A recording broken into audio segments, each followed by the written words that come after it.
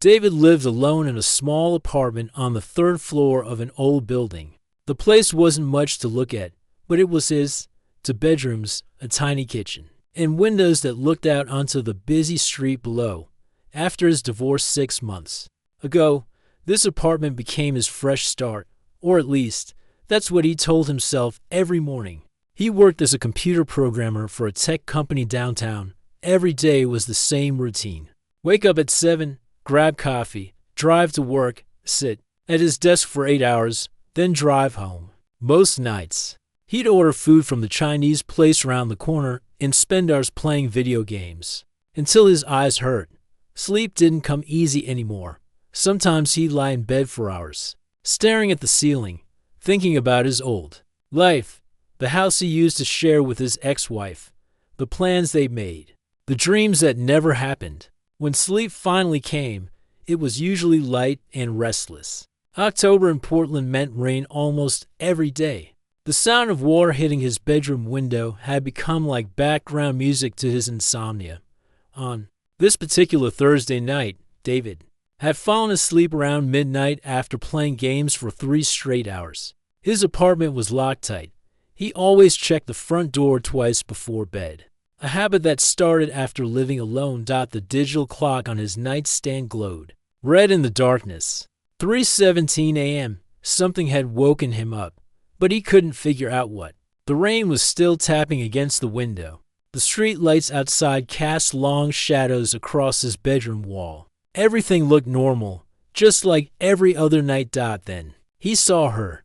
A woman sat at the foot of his bed, as casual as if she belonged there. David's heart stopped for a moment. His first thought was that someone had broken in.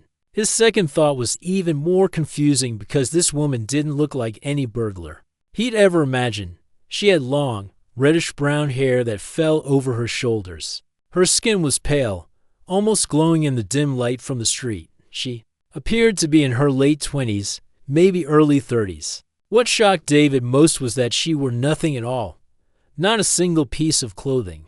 Yet she sat there calmly, looking at him with curious green eyes. David's throat went dry. He tried to speak, but only managed a strangled sound. The woman tilted her head slightly, like she was studying him. "Hello," she said softly. Her voice had a strange accent he couldn't place. "I'm Elena." David blinked hard, hoping this was some kind of crazy dream. When he opened his eyes, she was still there. He pinched himself.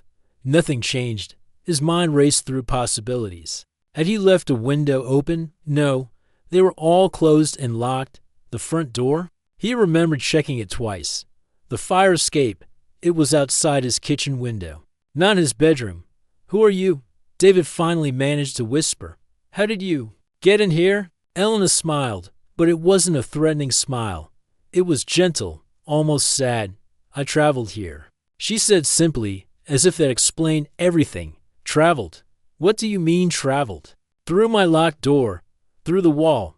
David's voice was getting louder, panic creeping in. Elena looked confused by his reaction. "You seem upset. I don't understand why." David scrambled for his phone on the nightstand. His hands were shaking so badly he almost dropped it. "I'm calling the police," he said.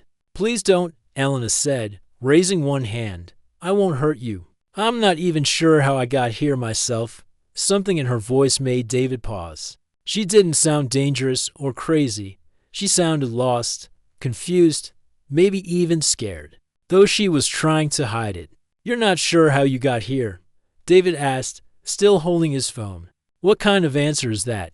Elena looked down at her hands, then back at him. "I know it sounds strange.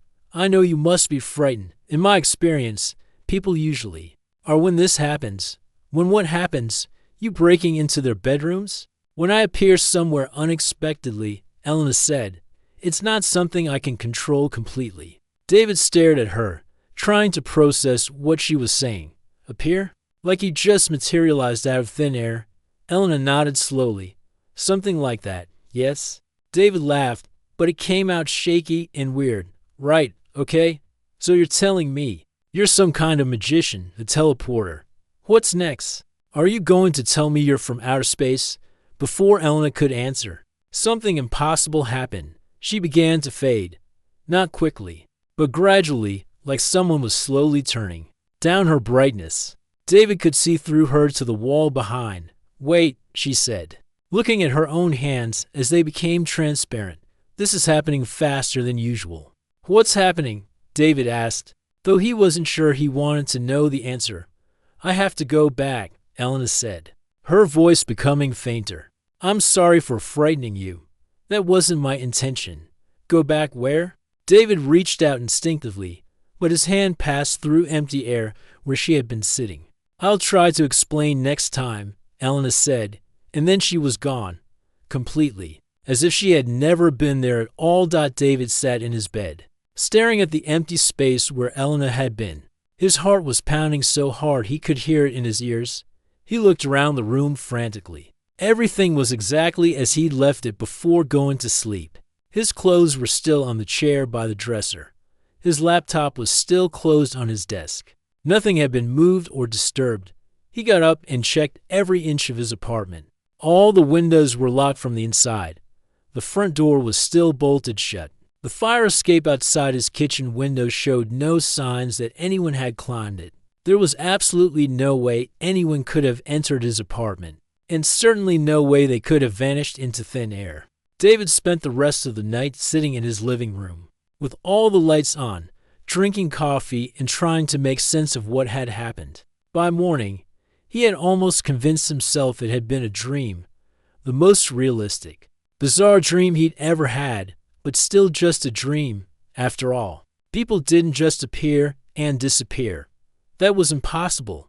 Things like that didn't happen in real life. They happened in movies and books, not in small apartments in Portland to ordinary computer programmers who couldn't even keep their marriages together. But as David got ready for work that morning, one detail kept bothering him.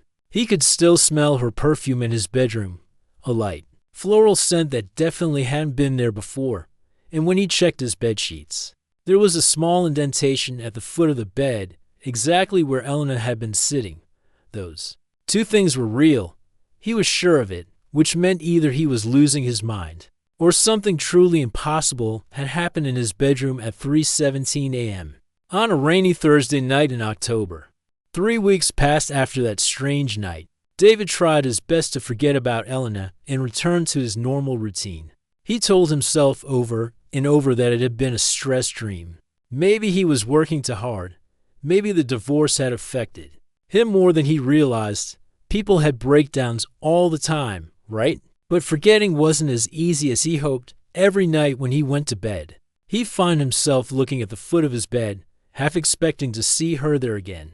The floral perfume smell had faded after a few days, but sometimes he thought he could still catch hints of it when he first walked into his bedroom. David became obsessed with security. He spent his Saturday morning at the hardware store, buying new locks for his front door, heavy-duty deadbolts that cost him $100. The store clerk, an older man with paint-stained fingers, raised his eyebrows at all the security equipment David was purchasing. "Moving into a rough neighborhood?" the clerk asked while ringing up the items. "Something like that," David replied, not wanting to explain that he was trying to keep out someone who apparently didn't need doors to enter his apartment. Back home, David spent hours installing the new locks. He also bought a security camera for his hallway and another one pointed at his fire escape.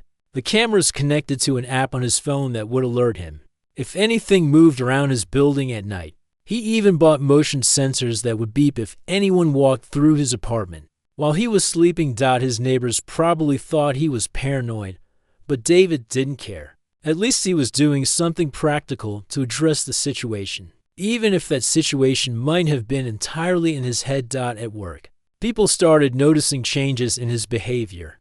David worked at a tech company downtown with about 50 employees. It was the kind of place where everyone knew each other's names and asked about weekend plans during lunch breaks. Lately, though, David had been eating lunch alone at his desk, staring at his computer screen or out the window. His coworker Jake, who sat in the cubicle next to him, finally said something on a Thursday afternoon. "Hey man, you've been really quiet lately. Everything okay at home?" David looked up from his code. realizing he'd been staring at the same 10 lines for 20 minutes without actually reading them. "Yeah, just not sleeping well. Maybe you should take some vacation time. You look exhausted." Jake was right. David had dark circles under his eyes and had been drinking coffee all day just to stay awake. His productivity had dropped so much that his supervisor had started giving him easier assignments. Probably worried about David making mistakes on important projects. "I'll think about it," David said, though he couldn't imagine taking time off when Elena might appear at any moment. That wasn't entirely a lie about not sleeping well. David's insomnia had gotten much worse since Elena's visit. He'd lie awake for hours, listening to every small sound in his building. The neighbor upstairs walking around at midnight, cars passing on the street, the old building settling and creaking. Every noise made him tense up, wondering if someone or something was trying to get in. To help manage his anxiety, David started keeping a detailed notebook by his bed. In it, he wrote down everything he could remember about that night with Elena. Her appearance, the sound of her voice, the exact words she'd spoken, how she'd disappeared. He drew pictures of her, though he wasn't much of an artist. The sketches looked more like a child's drawing than anything realistic, but they helped him remember details. David also documented other information that might be relevant.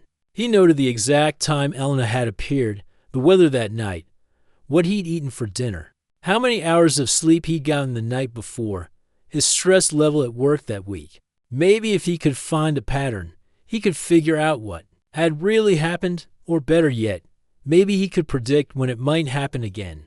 During his lunch breaks, David spent hours researching online. He read about sleep disorders and hallucinations caused by stress. He learned about something called sleep paralysis, where people saw figures in their bedrooms that weren't really there. He read about carbon monoxide poisoning and how it could cause vivid hallucinations and memory problems. The research helped him feel more logical about the whole situation. There were scientific explanations for seeing people who weren't really there.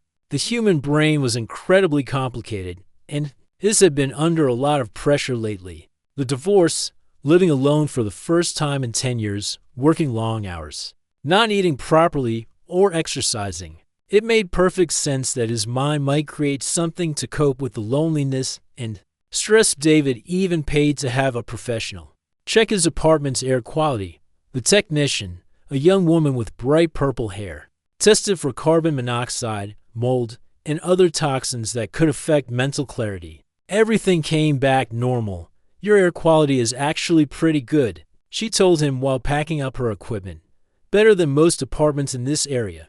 "Thanks for checking," David said, though he felt oddly disappointed that she hadn't found an easy explanation for his experience. But then Sunday night happened, and all of David's careful research and logical explanations went out the window. David had fallen asleep around midnight after playing video games for a few hours. It was his usual weekend routine: order Chinese food, play games until his eyes hurt, then fall asleep watching Netflix on his laptop. He'd been having a dream about his old house when something woke him up suddenly. The clock read to 4:45 a.m. David's heart immediately started racing because he knew, somehow, that she was there before he even looked. It was the same feeling from 3 weeks ago, that sudden awareness that he wasn't alone in his room. Elena sat in the exact same spot at the foot of his bed. She looked exactly the same as before, with her long reddish-brown hair falling over her shoulders and her pale skin that seemed to glow slightly in the dim light from the street. Once again, she wore no clothing, but she seemed more solid this time, more present, like she belonged there more than she had during her first visit. "Hello again," she said softly, giving him that same gentle smile that had haunted his thoughts for weeks. David's first instinct was to grab his phone and call 911, but he stopped himself. This time, he wanted answers. If he was having another breakdown, he might as well get some information out of it. If Elena was somehow real, then he needed to understand what was happening to him. "You're back," he said, trying to keep his voice steady even though his hands were shaking. "I told you I would try to explain next time," Elena said. tilting her head slightly as she studied his face. Though I should warn you, the explanation might not make you feel better about any of this. Try me, David said, because right now, I'm starting to think I'm going completely crazy. Elena's expression grew sad, almost sympathetic. You're not crazy, David. I wish I could tell you that you were, because it would actually be easier for both of us if that were true. So you're real? You're actually sitting there right now? I'm as real as I can be in your world, Elena said, which wasn't exactly the clear yes or no answer David was hoping for. What does that mean? Your world versus my world. Elena was quiet for a moment, like she was trying to figure out how to explain something incredibly complicated to someone who wouldn't understand the technical details. Have you ever heard the theory that there might be other versions of reality? Running parallel to this one, other dimensions where things are similar, but different? David had seen movies about parallel universes and alternate dimensions, but he never thought about the concept seriously. It was science fiction stuff, not something that happened to regular people in small apartments in Portland. You mean, like in comic books and movies? Not fiction, Elena said seriously. I come from a place that's very similar to your world, but different in important ways. Sometimes, the barriers between these places become thin, and people like me can slip through from one reality to another. David stared at her, trying to process what she was telling him. It sounded completely insane, but then again, so did a woman appearing and disappearing in his locked bedroom. People like you? People who have been changed by something that went wrong, Elena said, looking down at her hands with an expression of deep sadness. In my world, scientists were working on an experiment involving consciousness and quantum physics. I volunteered to be part of the research project. Something happened during the process, and now I'm not fully connected to any one reality. That sounds completely insane, David said, though he realized immediately that wasn't a very tactful response. Elena smiled sadly. I know it does. I wouldn't believe it either if I were in your position. But here I am, sitting in your bedroom, having this conversation with you. So you just randomly appear in people's bedrooms across different dimensions. Elena shook her head. Not randomly at all. I seem to be drawn to people who are going through difficult emotional times. People who are lonely or lost or searching for something they can't quite name. Your feelings create a kind of signal that I can sense across the barriers between worlds. David felt uncomfortable with how accurately that described his current state of life.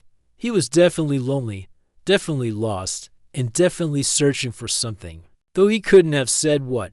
So I'm like a beacon for interdimensional travelers? Something like that. After finding that mysterious word in his notebook, David couldn't concentrate on anything. At work the next day, he made mistakes on simple coding projects that he could normally complete in his sleep. During the weekly team meeting, he zoned out completely and missed important information about a deadline change. His supervisor had to repeat questions to him twice before he responded. His boss, Mr. Peterson, was a patient man in his 50s who'd been with the company for 15 years. He'd seen employees go through divorces, family deaths, and other personal crises. After the meeting, he pulled David aside for a private conversation. David, is everything all right at home?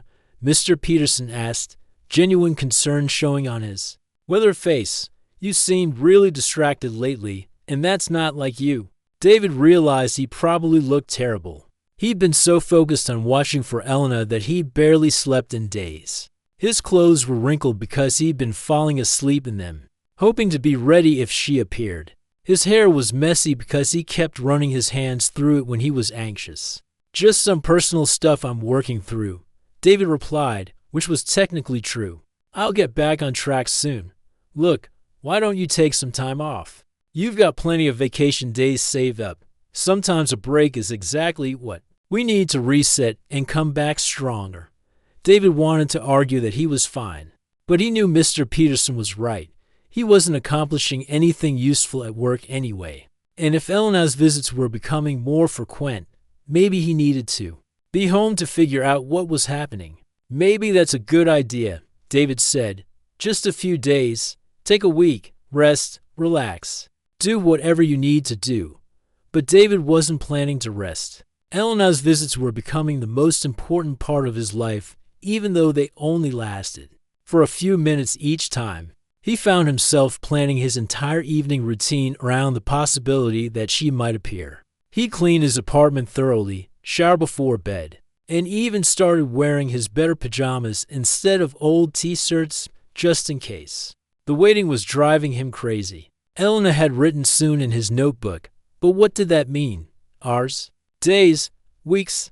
David started going to bed earlier, hoping to catch her if she showed up. He'd lie there in the dark, listening for any sound that might signal her arrival. Every car that passed on the street, every footstep in the hallway outside. His apartment, every creak of the old building made his heart race with anticipation. David also became obsessed with researching everything he could find about parallel dimensions, quantum physics, and consciousness transfer.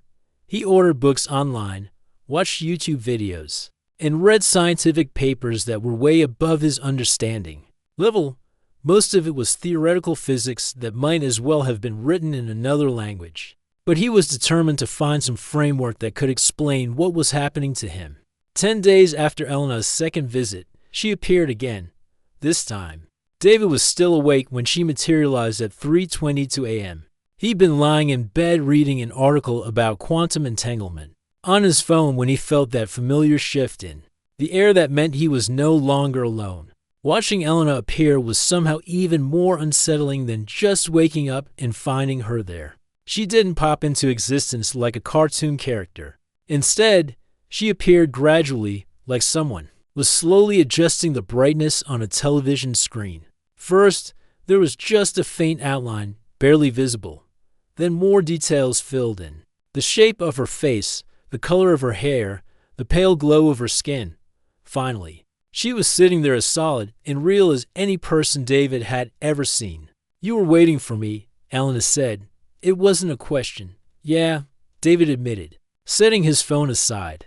"I've been thinking about what you told me, about other dimensions and your experiment." Elena nodded, settling into a more comfortable position at the foot of his bed. "And what do you think about it all?" "I think either I'm having a complete mental breakdown or the world is a lot stranger than I ever imagined.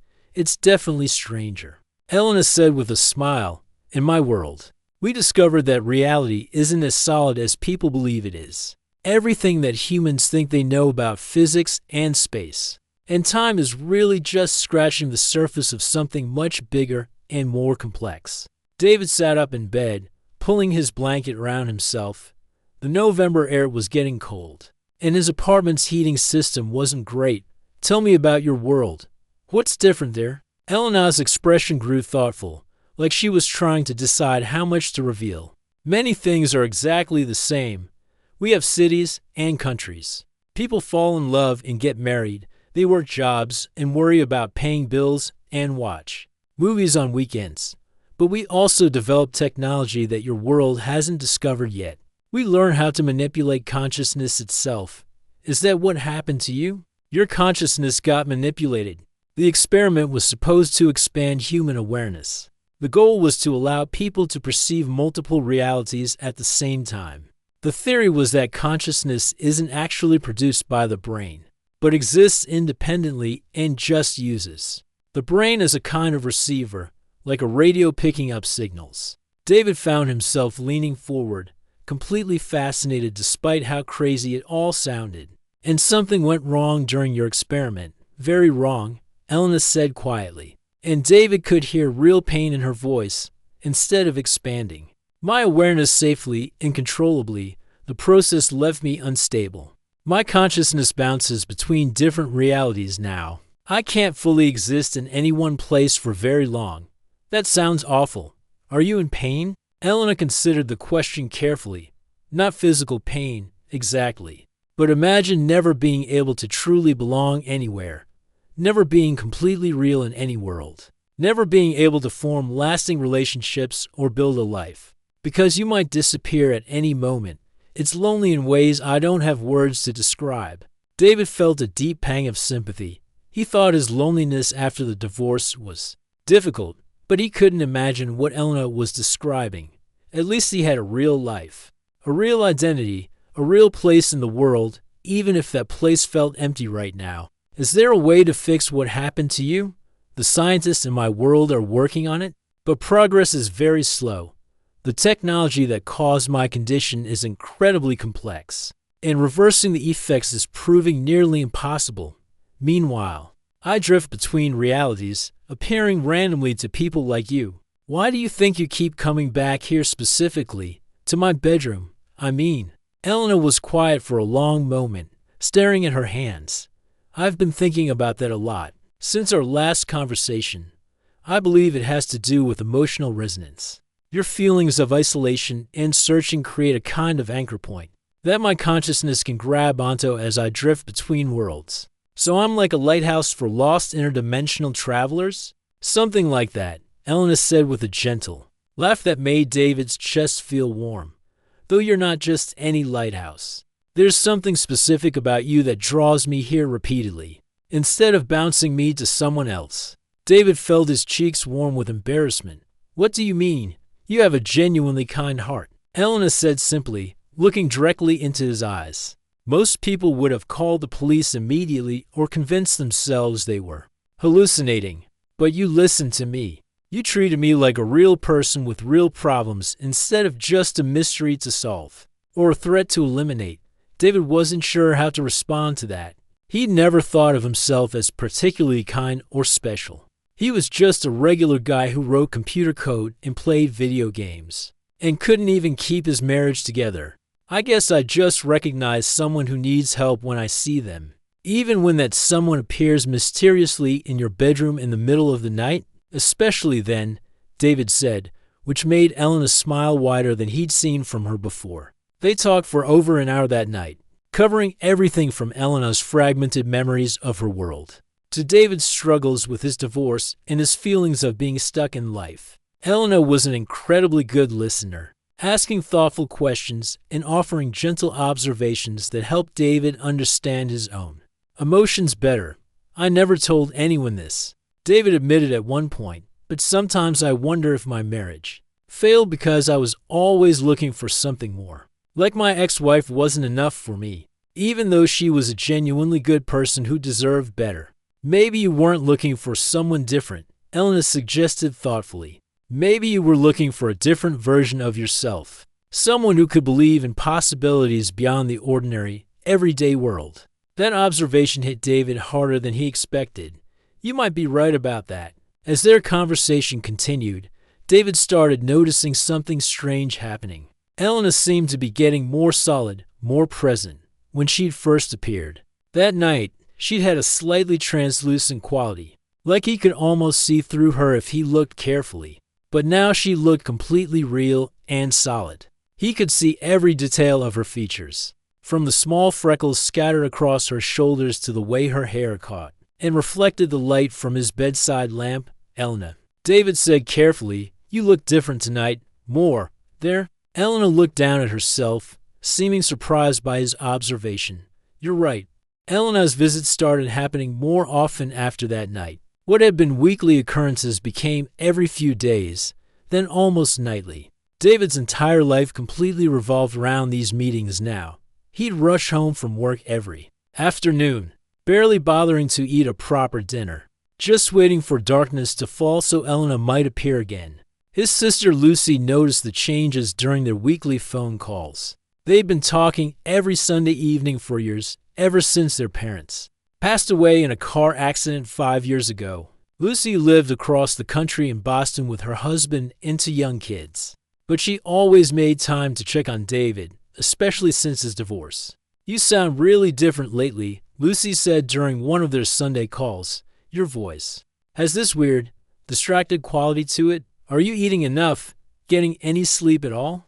David was sitting on his couch, staring at his bedroom door while talking to Lucy. He'd been doing that a lot lately, just staring at his bedroom, waiting for something to happen.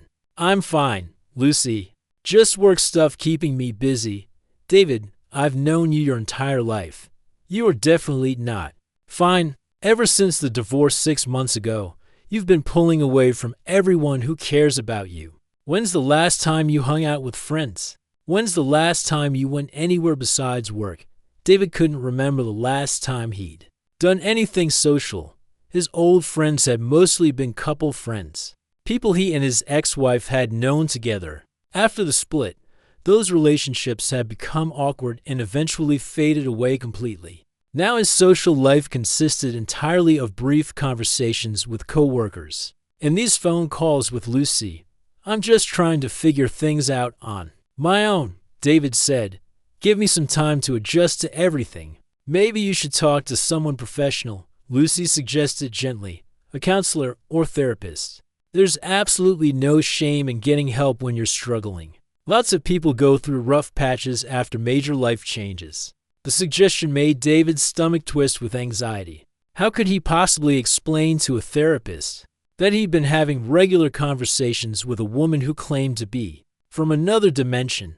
They'd probably have him committed to a mental hospital immediately. "I'll think about it," David lied, though he had no intention of following through with Lucy's suggestion. But after hanging up the phone, Lucy's concern planted a seed of serious doubt in David's mind. Was he actually losing touch with reality? His whole world had shrunk down to just his apartment and these mysterious visits from Elena. He barely functioned at work anymore. He'd stopped grocery shopping regularly and was living mostly on takeout food and whatever snacks he had lying around. His boss had started giving him easier assignments, probably worried about David's rapidly declining performance. The next night, when Elena appeared at 2:15 a.m., David decided he needed to ask her the hard questions that had been bothering him for days. "Elena, how do I really know you're from another dimension? How do I know you're not just something my mind created because I'm lonely and having some kind of breakdown?" Elena looked genuinely hurt by the question, like David had slapped her. "Does it really matter what I am, whether I'm real or imagined? I'm here talking to you right now. We're having meaningful conversations. You're feeling less alone than you have in months. Isn't that enough? But I need to know the actual truth," David insisted, his voice getting louder with frustration. "My sister thinks I need professional help. Maybe she's right. Maybe I'm having some kind of serious mental breakdown, and these conversations are just elaborate hallucinations." Elena was quiet for a long moment, staring at her hands. "What would convince you that I'm real and not just a product of your imagination?" "I don't know. Some kind of evidence that someone else could see or verify. Information that I couldn't possibly know on my own." "All right then. Ask me something specific about my world that you could research and verify somehow." David thought about it carefully. "Tell me about a historical event from your world that's different from mine. Something that happened differently there than it did here." Elena nodded slowly. "In my reality, there was a major earthquake in San Francisco in 1989, just like in your world.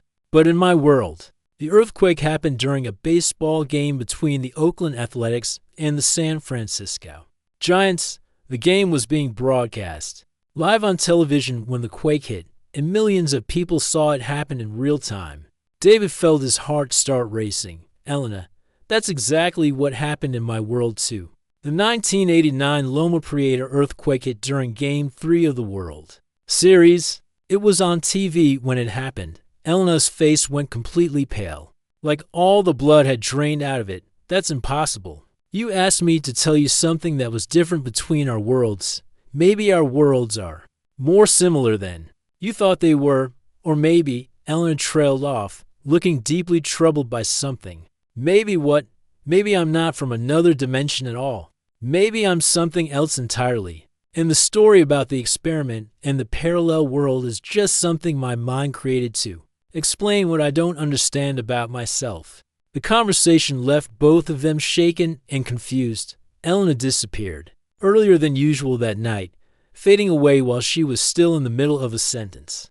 David lay awake until sunrise, questioning everything he thought he knew about these visits and about his own mental state. The next few days were absolute torture for David. He couldn't focus on anything at work. He made so many careless mistakes on simple projects that his boss called him into the office for a serious conversation on Thursday afternoon. "David, I'm really worried about you." Mr. Peterson said, closing the office door behind them and gesturing for David to sit down. Your work quality has dropped significantly over the past month. You seem constantly distracted and tired, and frankly, you look like you haven't been taking care of yourself at all. David caught a glimpse of his reflection in the office window and realized Mr. Peterson was absolutely right. His hair was messy and unwashed. His clothes were wrinkled because he'd been falling asleep in them most nights, and he had dark circles under his eyes that made him look like he hadn't slept in weeks. I know things have been really tough since your divorce, Mr. Peterson continued with genuine concern. Major life changes like that can affect people in ways they don't expect. Why don't you take some real time off? Use your vacation days, clear your head. Maybe get some professional help if you think that would be useful. David wanted to argue that he was fine and didn't need time off. But he knew his boss was absolutely right. He wasn't accomplishing anything useful at work anyway, and if Elena's visits were becoming more frequent and intense, maybe he needed to be home to figure out what was really happening to him. How much time are we talking about? David asked. Take 2 weeks to start. If you need more time after that, we can definitely discuss it. Your job will be here when you're ready to come back. That afternoon, David went home early and immediately called Lucy back. You were right about me needing help, he said as soon as she answered the phone. I think something might be seriously wrong with me. Lucy was quiet for a moment, probably surprised by David's sudden admission. I'm really proud of you for recognizing that and reaching out. Do you want me to help you find someone to talk to? Maybe. I'm scared, Lucy. I think something is seriously wrong with my mental health, and I don't know how to fix it. Whatever it is, we'll figure it out together, okay? You're not alone in this, even if it feels like you are. But as David hung up the phone, he realized that Lucy was wrong about one thing. He was alone. If Elena wasn't real, then he'd been talking to himself for weeks, which meant he was having a complete psychological breakdown. If Elena was real, then he was caught up in something far beyond his understanding or control. Either way, he felt more isolated and confused than ever before. That night, Elena appeared again, but something was noticeably different about her. She seemed less solid than during her recent visits, more like she had been in the very beginning when she first started appearing. I've been thinking constantly about our conversation last night, Elena said as soon as she materialized, about whether I'm real or not. And what conclusion did you come to?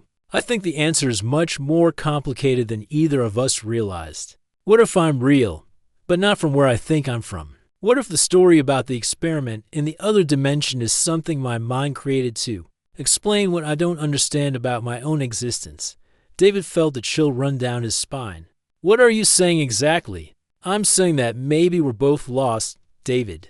Maybe we found each other because we both needed something we couldn't find in our normal, everyday lives, and maybe that's enough, regardless of what the scientific explanation turns out to be. Elena's words hung in the air between them like a challenge. David realized she might be right about everything, whether she was real, imagined, or something in between.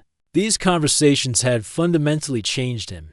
He'd been living his life on complete autopilot since the divorce, just going through the motions of existing without actually living. Elena had made him feel truly alive again, made him question everything, made him hope for possibilities beyond his boring, mundane routine. So what happens now? David asked quietly. I honestly don't know. The next morning, David made an appointment with Dr. Chen, a therapist that Lucy had found and recommended. He'd never been to therapy before and wasn't sure what to expect from the experience. The office was in a modern building downtown, with comfortable furniture, soft lighting, and plants everywhere that made the space feel calm and welcoming. Dr. Chen was a middle-aged woman with kind, intelligent eyes and a gentle voice that immediately put David at ease. She had a way of listening that made him feel like she was really hearing everything he said, not just waiting for her turn to talk.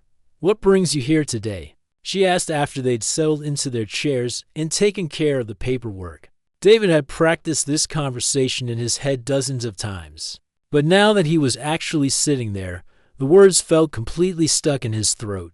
I think I might be losing my grip on reality in some pretty serious ways. Dr. Chen nodded encouragingly, like this was a perfectly normal thing for someone to say in her office. Can you tell me more about what that feels like for you? David decided to start with the safer topics that wouldn't make him sound completely insane. He talked about his divorce, his loneliness, his trouble sleeping, his declining performance at work. Dr. Chen listened without any judgment, asking thoughtful questions that helped David understand his own feelings and reactions better. After an hour of conversation, she prescribed some mild medication for his anxiety and insomnia. I'd like to see you twice a week for the next month, Dr. Chen said. We'll work on developing some healthy coping strategies and address whatever else is troubling you when you feel ready to talk about it. David left the appointment feeling slightly better, though he still hadn't mentioned Elena. That topic felt too dangerous, too likely to result in serious psychiatric intervention that he wasn't ready for. That night, Elena appeared earlier than usual. Around midnight, David was still awake, reading a book about anxiety management that Dr. Chen had recommended. You look different tonight, Elena observed, settling into her usual spot at the foot of his bed. Calmer somehow, less frantic. I went to see a therapist today, David said. Setting the book aside, I didn't tell her about you, but I talked about other things that have been bothering me. It actually helped more than I expected. Elena smiled, and David realized how much he missed that expression. I'm really glad to hear that. You've been carrying around so much stress and worry. Elena, can I ask you something personal? Of course. We're well past the point of keeping secrets from each other. Do you have clear memories of your life before the experiment, your childhood, your family? The place where you grew up?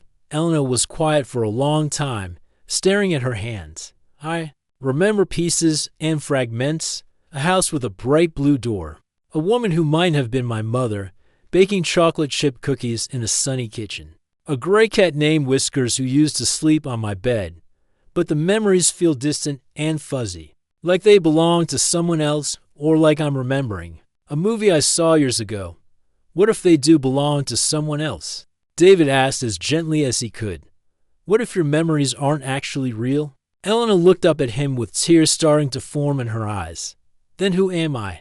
If my past isn't real, if my world isn't real, then what does that make me? Maybe you're exactly who you are right now, in this moment, David said thoughtfully. Maybe the past doesn't matter as much as we think it does. Maybe what matters is who you choose to be going forward. Elena looked at him with something like wonder in her expression. You're very wise for someone who thought he was going completely crazy just a few weeks ago. They talked until dawn broke outside David's bedroom window, discussing deep questions about identity and reality and what it really meant to be human. As the sun came up, Elena seemed to glow softly in the morning light streaming through the curtains. David, I need to tell you something important, Elena said, her voice suddenly urgent. These visits are getting much stronger and more frequent. I'm becoming more connected to your reality, but I think it's happening at the expense of my connection to wherever I originally came from. What does that mean for you? I think I'm losing the ability to travel between worlds. If that's what I was actually doing, I might become permanently anchored here, in your reality, in your world. David felt his heart rate spike with a mixture of excitement and fear. Is that dangerous for you? I honestly don't know. I've never heard of this happening to anyone before, but I wanted you to know because I think you have an important choice to make. What kind of choice? Elena took a deep breath, like she was preparing to say something difficult. I think our emotional connection is what's anchoring me here more and more strongly. If you wanted me to leave, if you stopped believing in me or stopped caring about these visits, I think I would fade away completely and never come back. You could go back to your normal life. David stared at her, trying to process the weight of what she was telling him. And if I don't want you to leave, then I stay here permanently. But David, I don't know what that means for either of us. I'd be a person with no history, no identity documents, no legal way to exist in your world. It was an impossible decision that would completely change both of their lives. David had grown to care deeply about Elena. But was that enough to take such a massive risk? What kind of future could they possibly have together? Can I have some time to think about this? David asked. Of course. But please don't take too long. I can feel the change accelerating. That day, David took a long walk through the city, thinking about his life before Elena had appeared. The loneliness, the empty routine, the feeling that he was just going through the motions of being alive without any real purpose or excitement. Then he thought about the past few weeks, the anticipation of waiting for her visits, the deep conversations that challenged everything he thought he knew, the sense that anything was possible. He called Lucy that afternoon. Can I ask you something hypothetical? Sure. What's on your mind? If you had a chance to help someone who really needed it, but it meant taking a huge risk and completely changing your whole life, would you do it? Lucy was quiet for a moment. That's a really big question. I guess it would depend on the person and the specific situation. Why are you asking? Just something I'm thinking about. Thanks for listening, Lucy. David, are you sure you're okay? You've been asking a lot of strange questions lately. I'm figuring some things out. I'll call you soon. That night, David had made his decision. When Elena appeared at 1:30 a.m., he was ready with his answer. I want you to stay, he said before she could speak. I don't know how we'll figure everything out, but I want to try. Elena's face lit up with pure joy and relief. Are you absolutely sure? Your life will become incredibly complicated. My life was already complicated, David said with a smile. At least this way. It's complicated in an interesting and meaningful way, Elena laughed. And the sound filled David's apartment with warmth and possibility. So what happens now? Now, we figure it out together, one step at a time. As if responding to David's decision, Elena suddenly seemed more solid and real than ever before. When David reached out to touch her hand, it felt completely warm and substantial, real skin. A steady pulse, absolutely no doubt that she was physically there. It's working, Elena whispered in amazement. I can feel myself anchoring completely to this reality. They spent the rest of the night making practical plans. David would help Elena create a new identity, find her a place to live, figure out how she could exist legally in his world. It wouldn't be easy, but they'd face all the challenges together. 6 months later, David's life looked completely different. From before, Elena lived in a small apartment just 2 blocks away, working at a local bookstore under a carefully constructed identity that David had helped her create. They saw each other every day, sometimes for coffee in the morning, sometimes for dinner, sometimes just for long walks through the city talking about everything and nothing. David's relationship with Elena had evolved into something much deeper than those mysterious midnight visits. She was his best friend, his partner in navigating the strange situation. They created together, and gradually, something more, whether she was from another dimension or simply a part of his mind that had somehow become real. David no longer cared about finding a scientific explanation. Dr. Chen noticed the dramatic improvements in David's mental health almost immediately. His anxiety decreased significantly, his sleep improved, and he seemed much more engaged with life in general.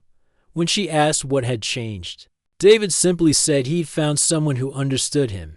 It's really amazing what the right connection can do for a person's overall well-being, Dr. Chen observed during one of their sessions. David smiled, thinking about Elena and their impossible, wonderful relationship. Yeah, it really is incredible. Sometimes, late at night, David would wonder if other people would believe his story. If he told them, probably not, and that was perfectly okay. Some experiences didn't need to be believed or understood by everyone to be real and meaningful. Some connections transcended the need for proof or logical explanation. And sometimes, when David woke up in the middle of the night and looked toward the foot of his bed, he could swear he